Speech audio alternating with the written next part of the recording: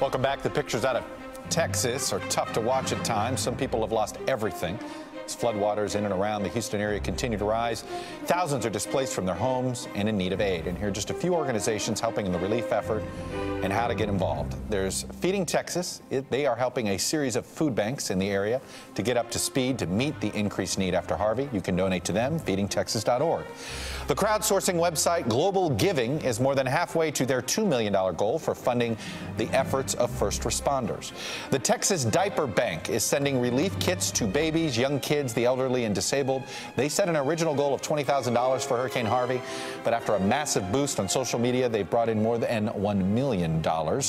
And finally, if you have your phone handy, and you probably do, you can always text Harvey to 90999 to chip in $10 to the American Red Cross. They are already mobilized and helping stock the storm shelters. There are obviously many more relief organizations worthy of your support. We have those organizations and contact sites at NBCnews.com. Obviously, every little bit helps. Remember what Houston did after Katrina. That's all I want to keep reminding people, not to say that they wouldn't have done it otherwise, but think about that. This is a city of residents that gave and hosted when was needed during Katrina. It's all of our turn to help them when they're in their time of need as well. We'll be back with more MTP Daily right after this.